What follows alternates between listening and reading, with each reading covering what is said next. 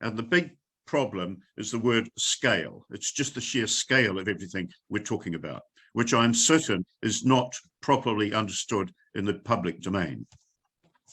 Now, if I'm the head of this agency and I'm sitting here in 2050, looking back, and we have a zero emissions economy for Ireland in 2050, there are 3 very large engineering projects which will have been completed. Ground transport will have been electrified. Heat, both commercial and domestic, will have been electrified. And the electricity sector, that's the generation, the transmission, and the distribution of electricity, will have been expanded to allow the first 2 projects together.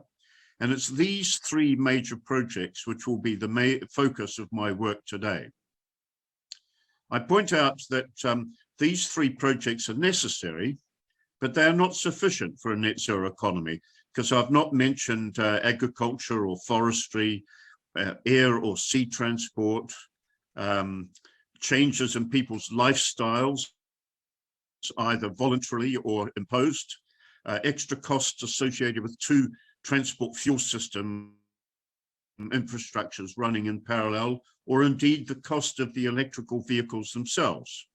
And furthermore, I will not have considered the siting of the new electricity generation that will be required, but I will quantify how much it will cost. I have some underlying assumptions. I'm going to assume that we're aiming for a broadly similar economy in 2050, both quantitatively and qualitatively as today. That is, I'm not making some drastic societal assumptions in this work. That is something that could be followed up subsequently. And the reason I use today's figures, that is, in terms of population growth and efficiency gains in energy over the next 30 years, they're both somewhere about 10% and cancel each other out as far as the energy sector is concerned. And then there'll be some other assumptions I make along the way, but they'll be cited as we go along. Now, this is the slide for which I would really like to get a hold of the raw data from Ireland. This is data from the United Kingdom, and it shows the use of energy in terms of electricity, heat, and transport over a period of 4 years from 2013 to 2017. Now, my question 1 on the right-hand side is, can I get the actual Irish data, either for the Republic of Ireland or the Island of Ireland? And as a second question, which I've raised and haven't done a detailed analysis, I think one difference between Ireland and the United Kingdom as a whole is the fact that there's a rather larger number of server farms in Ireland for major American tech companies. And I haven't factored that in as a special exercise, but that is something that would have to be done further. Now, I want to draw some inferences from this particular graph. In fact, it's getting this graph for New Zealand, and indeed I've done it also for the United States now. This graph is the one that underpins all the costings because of the following. Today, electricity, as you can see, is a base load, and it's got a variable additional use. It peaks in winter, and interesting enough, in the United States, the electricity use peaks in summer. It's an average and a sinusoidal, peaking in winter and less in summer. But notice that the actual amplitude of the sinusoid for the electricity, which is the reddish-brown line, is not as high as the huge variation we have for heating energy, which is something like 5 times as much, 6 times as much in the middle of winter as it is in the middle of summer. And that base load in summer for heat is probably industrial heat. Now, the other thing I want you to point out, is the first major point I want to make, is that the transport use of energy is pretty constant during the year, and it's at a level that's about twice the level of the electrical energy use. That grey step line running across is about twice as high as the electricity. Now here you just have to concentrate for 1 minute. Internal combustion engines are typically about 30% efficient in the use of the energy in fossil fuels, where electric motors are over 90% efficient in the use of electrical energy. So if we were to electrify all of ground transport, we would need a grid that's 2/3 the size of the existing grid in Ireland to run that electricity, to electrify transport. The factor of 2/3 comes from the fact that we use twice as much electricity at any time for transport, but the use of it is 3 times more efficient. Now, in taking this UK data, I'm just going to assume that the Irish data is the same, but is scaled by a factor of 5 on 66, which is the relative population of Ireland and the United Kingdom. Now, a small fraction of the transport energy is actually air and sea transport, and that's likely to remain based on kerosene and bunker fuels for the foreseeable future. I'll come back to that, I think, if necessary. The second thing I want to do is to look at the highly variable heat. If the heat was produced by dual heating, that is the heat we got from the equivalent of radiant 3-bar heaters as of old, or an equivalent technology, we would need a grid 3 times the size of the existing grid just to be able to supply that heat in the middle of winter when there is a peak demand. But if we make universal use of heat pumps with a coefficient of performance about 3, and that is optimistic for Ireland and the United Kingdom, heat pumps work at their best when they have very highly insulated homes, and that's why they work well in Scandinavia, more so even than here. But if we have the universal use of the coefficient of performance of 3, instead of having 3 times the grid, we'd need to have another grid equal in size to just maintain the heating element of the Irish economy. So the results of this exercise so far is on the scale of the electrification process. If we're going to electrify both ground transport and heat, we're going to need to expand the grid by a factor 1.7 times its already size. So the grid will go from 1 today to a size of 2.7 in 2050. And for Ireland, that's a figure of about 7 gigawatts capacity going to 19 gigawatts in 2050. Is that all clear? Is there any major problems with that? I mean, of concept, but that's just giving you the sense of the scale. Now I can work the cost of that distribution. We need roughly to add 0.4 gigawatts of firm capacity each year for the next 30 years. And that's 10 times the average wind capacity investment in Ireland for the last 20 years.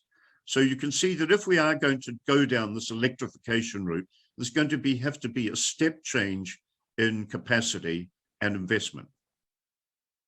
Now, there's a second note I want to add, and that is that in your current house in Ireland, there'll be a 60 amp mains fuse. That's been a standard for decades.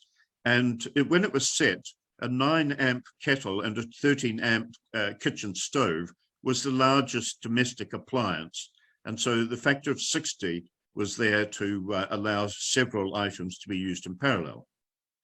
But in the new all-electric home, if we have a ground source heat pump, when it starts up for the first minute or so, it's drawing 58 amps.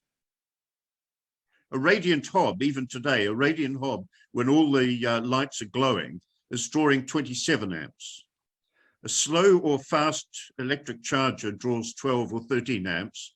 And if you replace a current gas-powered shower with an electric-powered shower, you need 33 amps. So the all-electric home is going to be using far more energy at certain times of the day, far more current than the 60 amp fuse. So the distribution system, most houses will have to have some rewiring to cope with the mains fuse, and many of the local distributions of electricity in suburbs and cities is scaled and scoped by the fact that the maximum draw of a current from a typical house is 60 amps. And if that's going to go up, more, then quite a lot of the wiring in streets will have to be resized, and certainly all the local substations will have to be done. And there is a case in point through my New Zealand connections. The local electricity distribution in Auckland, New Zealand is already at breaking point because of the major expansion of the city size over the last 30 years. And a woman wrote in and asked for a fast electric charger at her home and was told no, that if there were 3 or more of those going at once in her street, there would be a blowout, and it would be a $20 million investment to put the strengthening electrical cable from from Newmarket to Remuera, 2 suburbs of Auckland, and it wasn't budgeted for at this stage. Now, a detailed study of rewiring the UK comes to a figure of 700 billion, and on the proratering that I did, and the reference to this is a man called Travis, and his paper is referred to in the last slide, and everybody is welcome to a copy of these slides through Jim O'Brien. So the Irish cost for rewiring the most parts of the country is 53 billion. Now, it might be lower to the extent that you have a slightly higher ratio of people living in the countryside than in cities. This is mainly an urban problem, but that's my starting figure. Now, the current Irish transmission system consists of 6,800 kilometers of high voltage transmission lines. And I'm going to assume that approximately double this in order to get the grid from 1 to 2.7 or 3, thereabouts. I'm going to assume double. And there are figures in the United States of how much it costs in pounds per million pounds per kilometers. I've done this from dollars to that, and I should really have done it into euros, but there's a 1.2 parity. But this gives you the scale, and there's a reference there to where you can get the details. And if you take that number and do a mix of the various high voltages, you get to a figure of 15 to 20 billion, 15 billion to do to add the extra transmission, and it probably goes up to 20 billion by the time you replace the controls, all the transformers and various switching gear and everything else. So that's a figure for the transmission. And then finally, there's the generation. Today, there's 7 gigawatts installed capacity, and we need to install another 12 gigawatts in capacity. And we have to be able to meet the peak demand without renewables or batteries. It's very important to say this. There are points in each winter, it's typical in Germany, it's typical here, where you can get a period of up to 3 weeks of an anticyclone and cloudy skies or very low sun, so that the contribution of renewables at that stage is of order 1% of its capacity, which is effectively zero in planning terms. So we're going to need to get this peak demand without renewables or batteries. And so what I've got there is a whole list of various things, and I've ended up with a mixture of onshore and offshore wind, solar and nuclear. And you can see the price varies, the costs vary these per megawatt hour, and the cost I get is of order 50 billion euros. Now that could be 60, it could be 40, but it's of order of tens of billions, not tens of millions or tens of trillions for that matter. It's of order 50 billion pounds. And I've not given any consideration to the siting of those.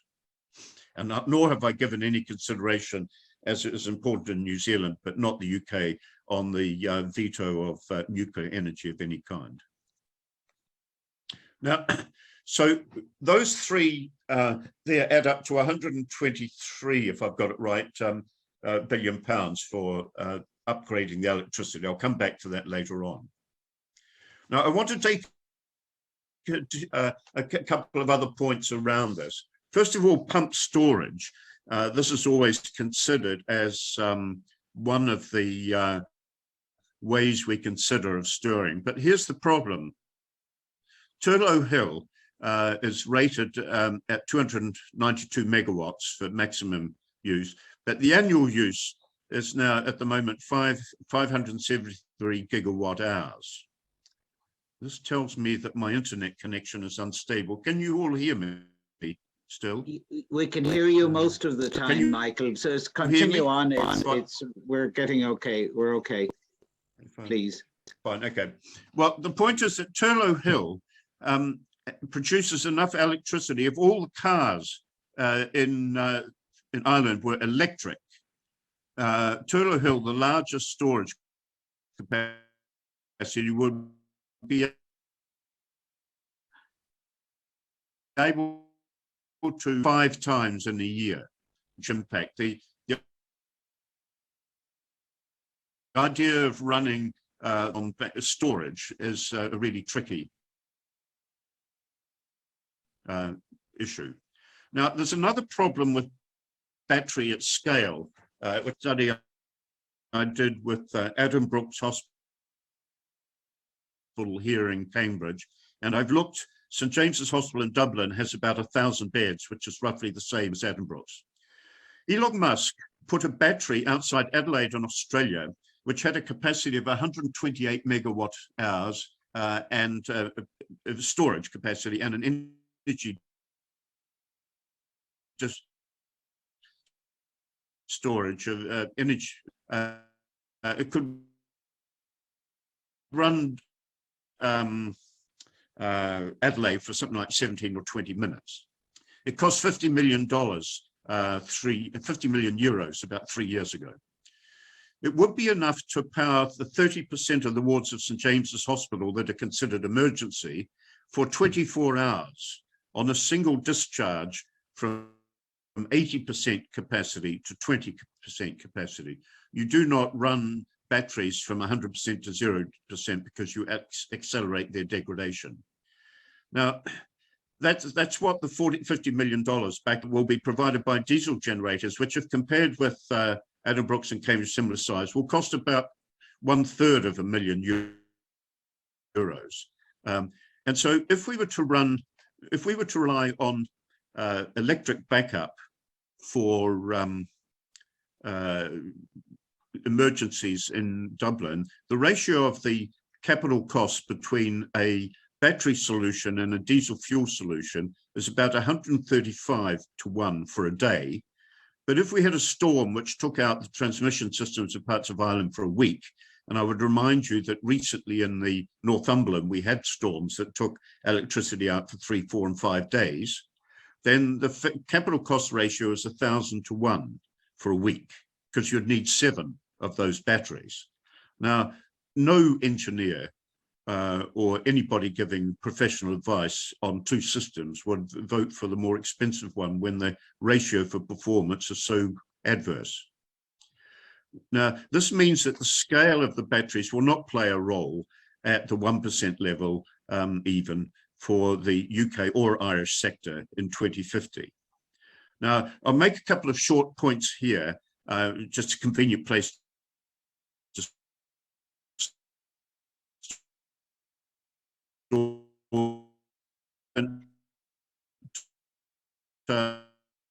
Michael, we're losing sound again. One suggestion is to switch off your video for the moment, and that might help the voice transmission.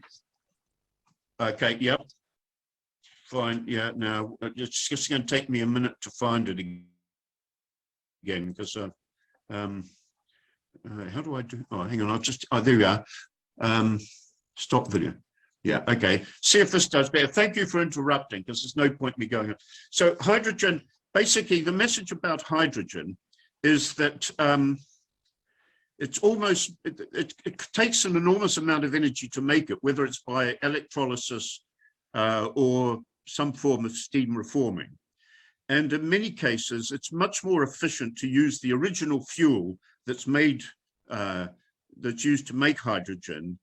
It's much more efficient to use it for the end use, whether it's powering vehicles or heating homes or whatever else. So there's a real problem unless you have a glut of very cheap electricity, and the only becomes very cheap in the future, is likely to happen, that hydrogen would make any sense at all.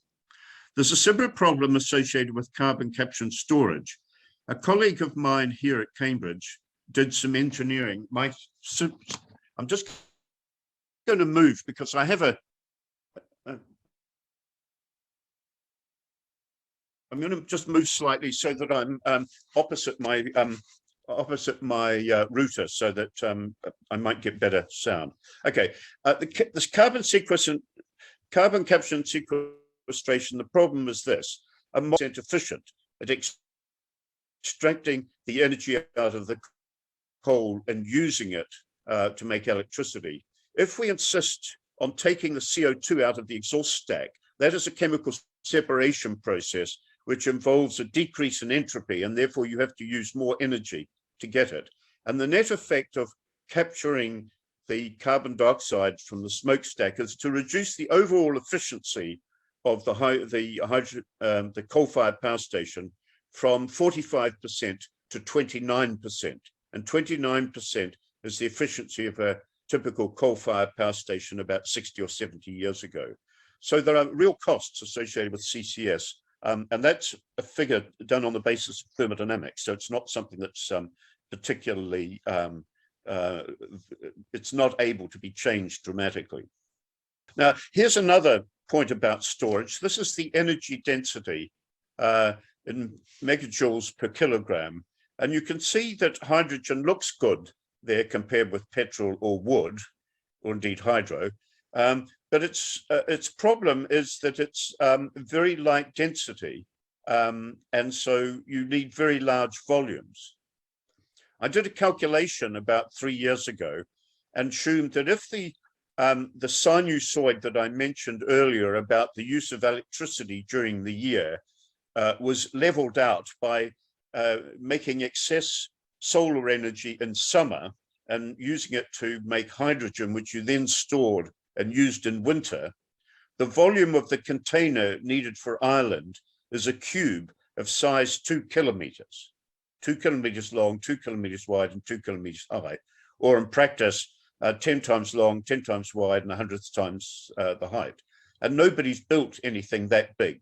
And of course, if you then say, well, look, I don't need it that big at standard temperature pressure, I'll pressurize the hydrogen, then you use a lot more energy to pressurize it, much of which you do not get back when you get it. So hydrogen is not a general purpose form of energy. It's not in the economy. There may be some highly specific examples. Right. Now, I'm going to talk about heating and housing in the UK, because there's a very important point here, and my thinking on this has been evolving even in the last week. Most of the winter heat in the UK and Ireland is for buildings, both domestic and commercial. And in 2009, I was the Chief Scientific Advisor of the Department of Communities and Local Government, which had the responsibility for building controls and building regulations. And I briefed the Science Minister on the need to retrofit existing buildings to reduce CO2 emissions, and I suggested a pilot program. This became a £17 million retrofit for the Future project, which ran from, 2010. Jim, I'm seeing one or two errors sliding out of this, even though I looked at it carefully. I'll update it and send you another lot at the end for distribution. But the project went from 2010 to 2013 with over 100 social houses, and social houses smaller than average, being subject to various measures. 45 houses had a whole house retrofit. That's external and internal insulation of walls, underfloor and loft insulation, double and treble glazing, more efficient appliances, etc. Everything they could do, targeting an 80% emissions reduction. And the results of that experiment on 45 houses was that for an average spend of £85,000 per house, the average reduction in CO2 emissions achieved was only 60%, not the target 80%, which was met by only 3 out of the 45 houses. And 3 of the houses didn't even get a 30% reduction with that kind of spend. Now, if I scale that up to all the houses, the 2 million households in Ireland, and get 100% reduction, that figure scales up to about 340 billion euros. Now, I don't think that's a realistic sum. It's far too high for the reason that the experiment, the retrofit for the future experiment, was a pilot program, and all the projects were individually costed, designed, and everything else. And there was no question of a national rollout for which you would have a competitive retrofit sector with efficient supply chains, learning by doing, a huge number of trained and skilled retrofitters. And I think this would halve the cost at least to 170 billion. The reason why it won't do it a lot more is that this is a work, and this is a human resources, a fitting intensive activity. And every house needs a very closely defined bespoke solution to eliminate the last emissions. And so to get a greater reduction. It's very clear if you don't complete some of the cladding that you can set up bridges through which energy can move more effectively. It can leak essentially. Now, there may be some radical new technology, some gross external spray on cladding, but we don't know about that yet. And even that has some difficulties about letting houses breathe. Now, the retrofit for the houses future was for housing only, but you can do a rough analysis on non-domestic buildings, which are larger on average and more complex, hospitals, hotels, commercial premises, and so on, and estimate that instead of 170 billion, the figure would be something like 85 billion on top. And I've made no explicit consideration of industrial heat and electric furnace because some electrical heat, some industrial heat, which is provided by fossil fuels, gets to temperatures above that which electric furnaces can get, and certain refractory materials cannot be produced just with electrical heating alone. So the identified costs I've got so far come to 375 billion. That's for the housing and the change in the electricity. Now, I want to point out here that there's a problem of double counting, because in principle, if I had enough really cheap electricity, I wouldn't mind having to make more of it to cover for the heating losses that I've talked about. And in fact, the cost of retrofitting is about twice as expensive, and roughly, as the change of electricity. So it's clear to me that if you have a finite budget, you get further by working harder on the electricity than on the retrofitting. So it seems to me low cost retrofitting options are okay, but to try and get the last 20 or 30% reduction on the emissions from households by increased retrofitted insulation and so on is probably more expensive than just actually making more low carbon electricity. And I'm working on that as a project at the moment. Now, again, I haven't mentioned electric cars or the charging infrastructure. So those are the costs. Now, W.S. Atkins, or now Atkins in this country, I talked to a director there and he said, look, if you have a 1 billion headline contract in the energy distribution sector, it involves an order of 1,000 years of professional engineering time and 3,000 to 4,000 years of skilled trades person engineering time. So if I now scale that for the 123 billion I've identified for electrics, we're going to need 3,600 electrical engineers dedicated for 30 years to complete this electrification task, compared with the fact that you have 2,800 electrical engineers in employment in Ireland at the moment. And also we're going to need 13,000 skilled tradespeople for the 30 years. And those sort of numbers start to become comparable with the number of people in the health or the education sector. These are not small perturbations on the workforce. Similarly with retrofit, sorry, I'll come back to that statement in a minute. These are very large variations in terms of the number of engineers. For retrofitting, the range of skills are needed from semi-skilled to highly professional, and they compare with the electric and health sector of order 50,000 people for 30 years to go from one end of Ireland to the other, improving the thermal efficiency and envelope of every building. So this is giving you a scale of the manpower requirements. And then the bill of materials. I want to just tell you something about materials, which I think is very interesting. We're going to move from a system which at the moment, our electricity system and our energy system in general is fuel intensive, and that involves a lot of fuel, to a materials intensive system. And I'm going to exemplify this by a 600 megawatt combined cycle gas turbine from Siemens, which is made up of 300 tons of high performance steel. And it will run for 60 years with a midlife refit. Now, in order to get that 600 megawatts continuously from solar energy, I would need 365 megawatt wind turbines at 33% efficiency, plus a huge battery system. And these wind turbines tend to last for only about 30 years. So in fact, I'll need 2 lots of them. So one 600 megawatt combined cycle gas turbine needs to be replaced by 725 megawatt wind turbines. Now, the mass of the nacelle in a 5 megawatt wind turbine is typically of order 300 tons as well. It's got heavy magnets and various other things up there. And it's comparable to that of the combined cycle. And the concrete for one plinth, 12 tons of steel and 300 tons of concrete, is equal to roughly or slightly less than the foundation for each turbine on land, and rather less from a turbine at sea. So you can see that the transition from gas combined cycle to wind, for example, involves far more effective comparable of order 1,000. It's not 100, it's nearer 1,000 than 100 times as much high quality materials. And the same numbers come if you do the analysis for solar panels.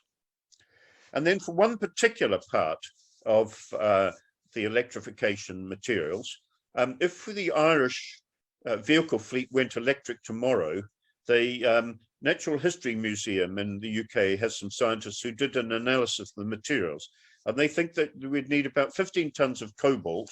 This is just for Ireland, which is 15% of global annual production, 20 tons of lithium carbonate, which is about 6% of world production, and at least 720 tons of copper, that should be K tons of copper, 1% of the world's production in 2018. So these are very large amounts of material, and we would need 40 islands to be converted to net zero a year for the whole world to get there by 2050. So what you can see is a huge increase in the metal mining being required. And it's probably unsustainable in ecological terms, because the thing about, you want to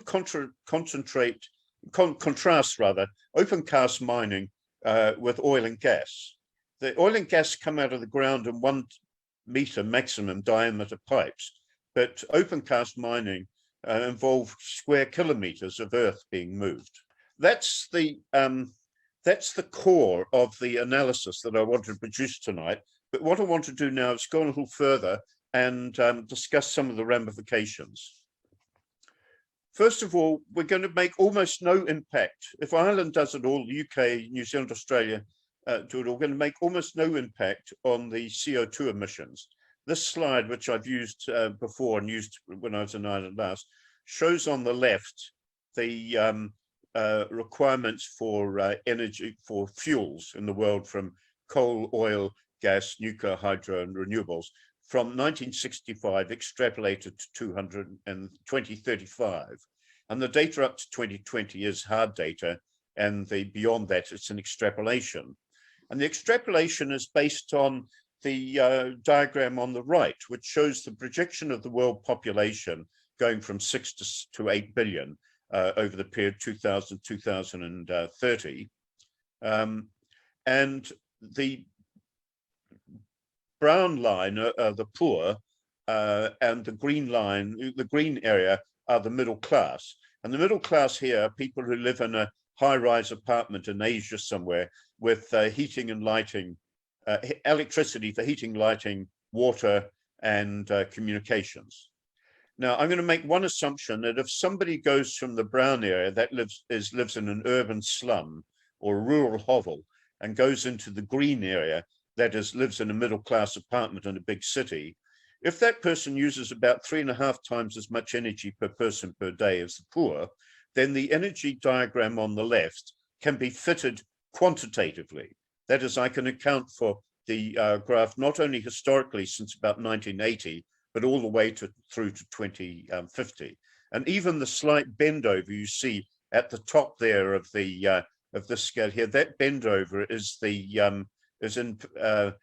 you can see the greater bend over, which is the impact of renewables, which is that thin line up the top.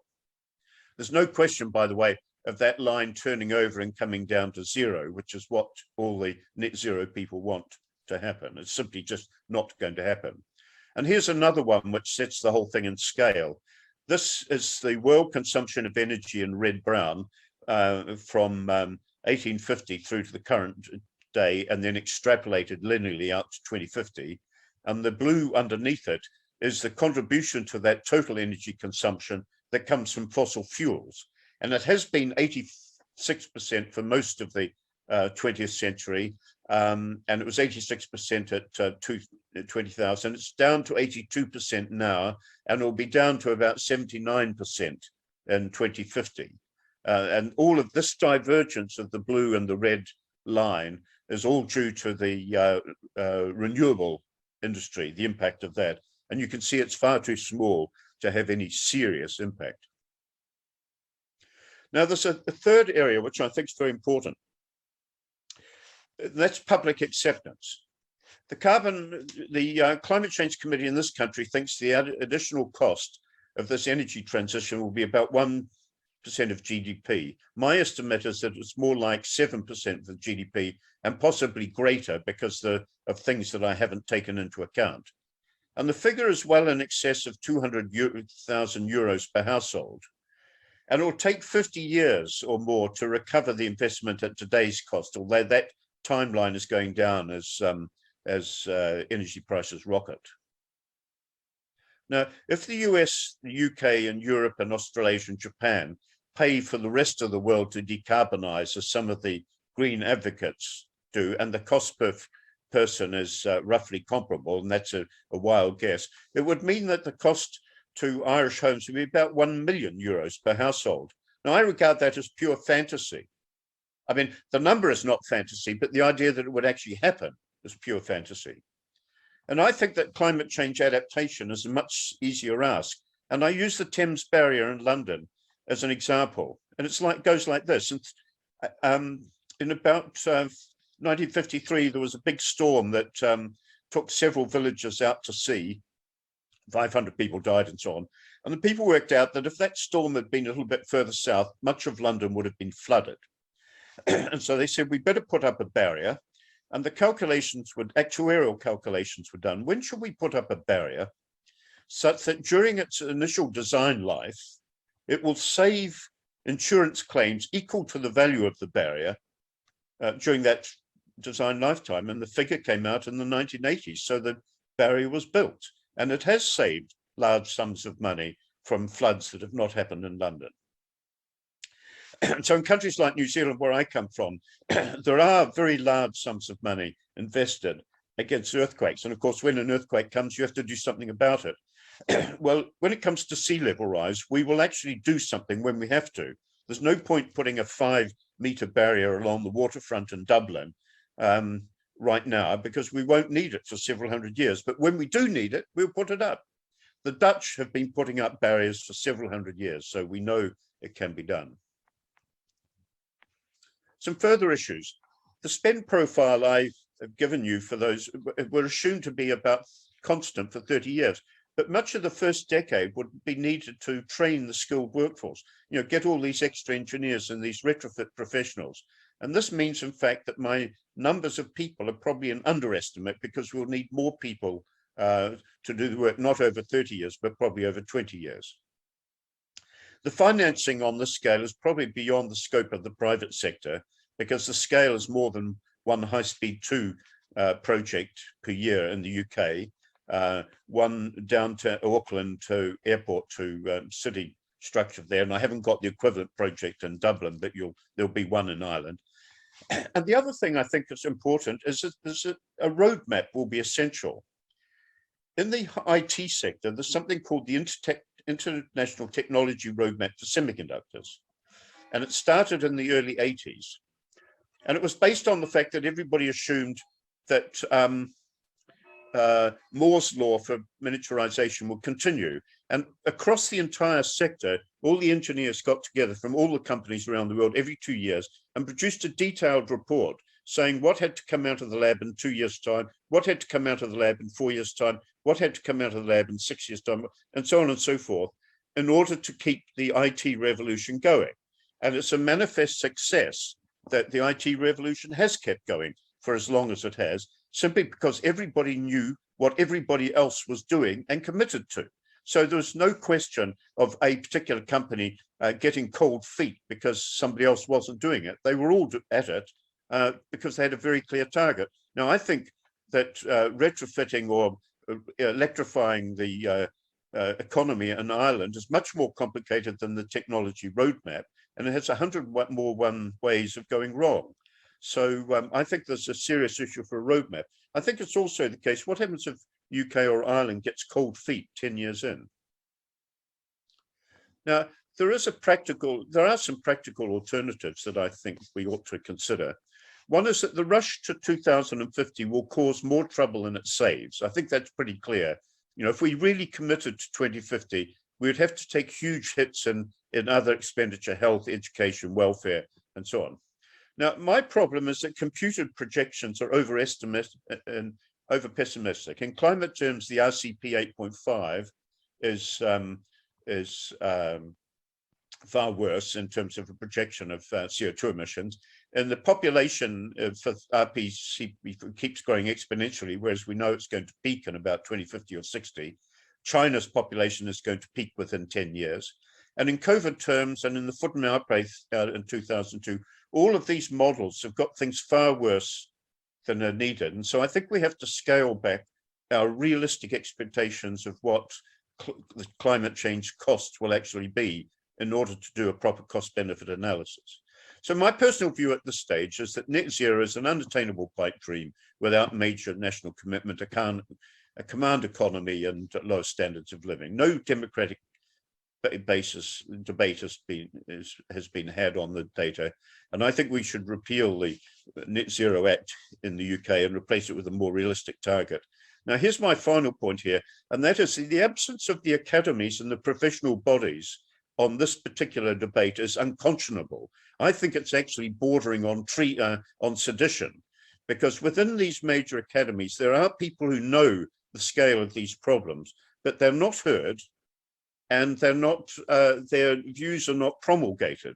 And if we suddenly get cold feet in 10 years' time, when the enormity of what we've committed to reaches us, and we find out that China has turned off all lithium supplies and neodymium supplies to the world, there'll be a huge public outroar. And if there's any unrest, it will be claimed that the people who drove this project were guilty of sedition, no less.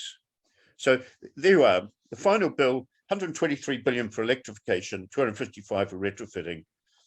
We don't need both a zero carbon electricity and zero emissions home, so there's a bit of double counting.